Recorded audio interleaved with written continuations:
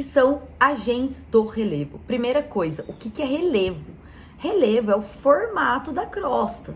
A gente sabe que a crosta não é lisinha, né? Como os globos terrestres a gente vê da escola. A crosta é toda irregular. E os geógrafos deram o nome de relevo, geógrafos e geólogos. Primeiro, gente, a gente vai falar de agentes endógenos. Os endógenos quer dizer de dentro da Terra. É um pouco que a gente viu a aula passada. O movimento do manto, lembra o movimento de convecção, a astenosfera que esfria e o manto desce, que empurra as placas tectônicas, certo?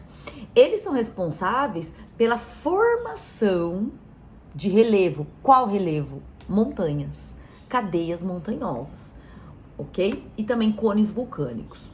Vamos falar um pouco mais difícil, gente? Infelizmente, nos vestibulares atuais, eles estão usando o termo diastrofismo. O que é diastrofismo? É todo esse movimento de placa tectônica, de manto, formação de montanha, terremoto, vulcanismo. Antigamente a gente falava tectonismo, é a mesma coisa, né? Só que já tá aparecendo diastrofismo. É um outro termo que é bom vocês ficarem ligados, por isso que eu dei esse destacão aqui. Tá? Anotem. Vai que aparece um diastrofismo e você não sabe o que é. É tectônica de placa. Isso, olha que linda essa imagem que eu coloco aqui pra vocês. Da placa A encontrando a placa B. Vamos relembrar, gente? A placa A mergulha fazendo o quê? Quem lembra? Subducção. Boa, subducção. A placa B, que é mais leve, provavelmente a continental. Tá vendo que é o continente? A placa A é a pesadona, é o mar, ó. Mar ou oceano, não sei. A placa B, ela é leve, então ela dobra, formando os dobramentos modernos. Provavelmente aqui pode ser os Alpes, pode ser os Andes, pode ser o Himalaia, tá? Pode ser as rochosas dos Estados Unidos. E que são falhas, falhamento, falha geológica. É quando dá uma trincada, é tamanha pressão, né, gente? Pensa, uma placa dobrando. Você acha que ela não vai rachar? Ela dá umas rachaduras, né? Você comprime, o negócio trinca. É muita força. Então, falhas nada mais são que trincas, que rachaduras internas ali na crosta. Beleza? Qual o problema dessas rachaduras? Se o manto acha essa rachadura, ele vai passando no espacinho dela e vaza. Aí forma os vulcões. Aí não é lindo, gente?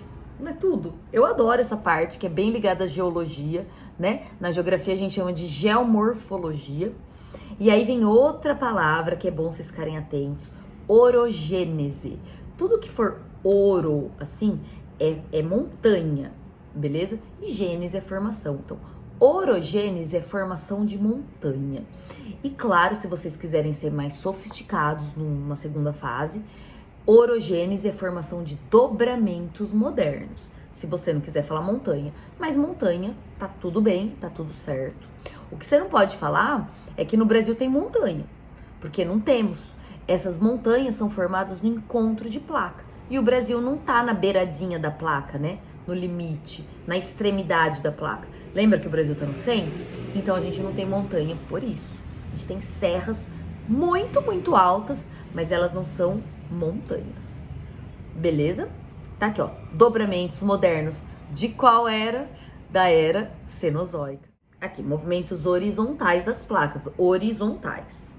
Por que eu foquei nisso horizontal? Porque a placa se movimenta verticalmente também, gente. Não sofre, mas é a realidade. Vamos falar de movimentos verticais.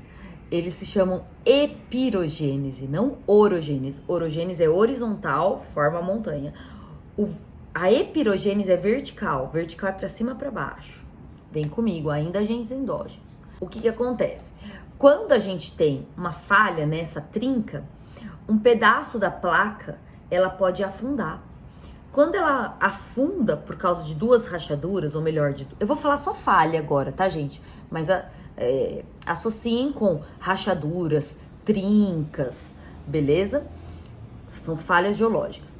Então, quando tem duas falhas geológicas, às vezes o bloco de crosta é pesado, ele desce, ele afunda. Isso se chama, você vê que é um movimento para baixo? Então é um movimento vertical da crosta. que recebe o nome na geografia de epirogênese. Quando ele afunda, ele é chamado de graben, né? E o pedaço que ficou no alto, que não afundou, ele é chamado de horst. Às vezes o manto tá pressionando também e esse pedaço soergue. Então aí também tem uma pressão do manto, é chamado de horst. Precisa guardar esses nomes. Falha normal, gente, algo normal, algo que acontece, é a trinca, a rachadura. Trincou, um pedaço mais pesado afunda, chama como graben, e uma parte que o manto tá pressionando e soergueu ou ficou lá em cima chama horst. Guarda isso. É fácil, são bastante nomes, mas você entendendo o sentido é fácil. Às vezes o peso da geleira causa grabens, porque afundou a crosta. Se afundou, gente, se é um movimento na vertical, subiu ou afundou, aí é vertical, é epirogênese. Os dois são epirogênese, tanto o graben quanto o horst, né? É bacana você entender que o Oriente Médio, lembra que eu acabei de falar que o petróleo é formado no fundo do mar? Né? Todo petróleo é formado no fundo do mar. E como é que você tem petróleo na superfície? Porque sofreu um soerguimento, né? Uma epirogênese vertical para cima, de soerguimento, numa área de horst. Então, o petrolhão do fundo do mar foi para cima do mar, que é o Oriente Médio, a Península Arábica, por exemplo. Tá enxergando aqui a minha plaquinha tectônica? Em formato de coração para vocês. Placa tectônica. Você já viu, eu tinha que ter dois, né? Tem que pegar outro. Quando tá no encontro de duas placas, treme tudo, forma montanha. Isso você entendeu, beleza? Só que você concorda que tem manto aqui embaixo? Mesmo o manto, você não sentindo tanto movimento no limite, o manto tá batendo aqui, né? Tem um manto andando aqui embaixo, vivíssimo. O que acontece? Esse manto pressiona. Se tem uma trinca, uma rachadura, esse manto vai pressionar, vai tremer, vai ter terremotos aqui no Brasil, por exemplo. Ou se tiver uma trinca um pouquinho maior, vai fazer subir. Pressiona e forma um horstzinho aqui em cima. Subiu. Então, o manto continua, gente. Né? Se não tivesse a crosta, o manto ia estar borbulhando para cima. Né? É uma imensa pressão. A sorte que a crosta tá lá firme e forte. Nem tão firme, nem tão forte às vezes, mas tá lá. Próximo ponto da aula, terremotos, ou quem for mais chique, abalos sísmicos. Como ele é medido pela escala Richter, vocês sabiam que antigamente os terremotos eram medidos pela percepção humana? Então a turma falava assim, ó, chacoalhou muito. Era mais ou menos assim. Ó, não chacoalhou tanto não. Era assim, gente.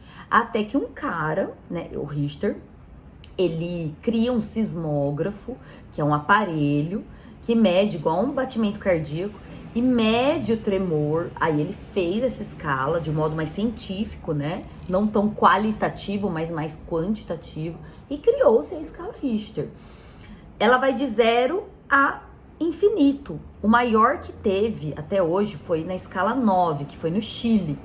Mas não quer dizer que é 9 o máximo, pode ter um terremoto de 10, de 11, sei lá de quanto, beleza? E é legal vocês lembrarem aqui, gente, que onde o terremoto, o choque da placa, deu aquela acomodação, lembra que eu expliquei pra vocês que é uma leve acomodação, treme, chama-se hipocentro, e esse tremor ele vai espalhando do centrinho da crosta, lá embaixo, até chegar na superfície, onde tem as casas, as cidades. Quando o tremor chega na superfície, a gente chama de epicentro, né? Então, essa nomenclatura aparece bastante, só não confundir. O hipo é lá dentro e o epicentro é quando o tremor atinge a cidade. O lugar mais forte do terremoto, a gente fala que é o epicentro, que é o centro, né? Onde foi mais forte mesmo o tremor. O tremor, ele se espalha, gente, é uma energia. Conforme ela vai saindo, se afastando do centro, ou melhor, do epicentro, ela vai perdendo energia. Então, já não cai tanta casa, já não tem tantas mortes. O pior é quem mora bem ali no epicentro. Muito tranquilo o terremoto. Tranquilo não, né, gente? Perdão, é horrível, né? Mas é tranquilo de entender, o que eu quis dizer. Que os vestibulares adoram cobrar são os terremotos associados às condições socioeconômicas, galera. E isso vale a pena se prestar atenção. Porque tem país que é preparado para sofrer terremoto. O maior exemplo é o Japão.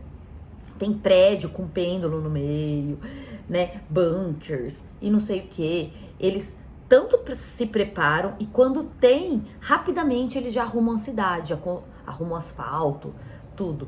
Já países mais pobres, às vezes tem um terremoto mais fraco que o do Japão, só que quebra muito, cai mais edifício, tem mais morte, ficam as coisas ali quebradas por anos, porque não tem dinheiro. Maremotos e tsunamis é quando a placa tectônica se move no fundo do mar.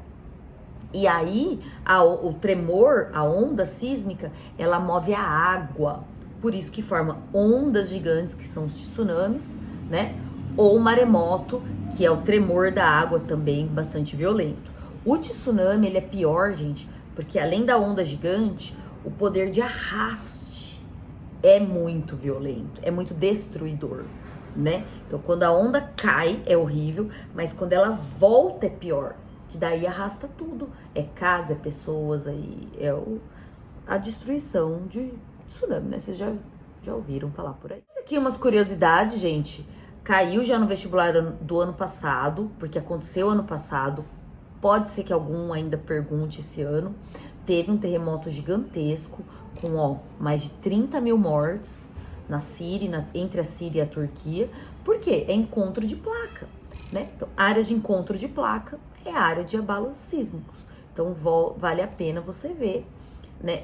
Se tiver algum terremoto forte esse ano, já fica ligado que eles podem perguntar. E para terminar, o vulcanismo, que nada mais é quando o magma vaza, né, gente? O Havaí, que é aquele conjunto de ilhas, né, o arquipélago do Havaí, são tudo vazamento. O magma vaza, vai vazando no fundo do mar, no que ele resfria, solidifica na superfície e formam as ilhas. Às vezes não forma o cone vulcânico, o edifício vulcânico. Às vezes é uma falha, ele só vaza, né, para os lados e não forma o coninho de vulcão. É vulcão? É.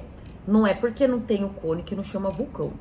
No Brasil a gente teve, né, no Paraná vazou pra caramba, bastante basalto, foi lá no Mesozoico e tem o solo fértil chamado Terra Roxa. Obrigada aí pela aula, pela atenção. Beijos firmes e fortes aí, bons estudos.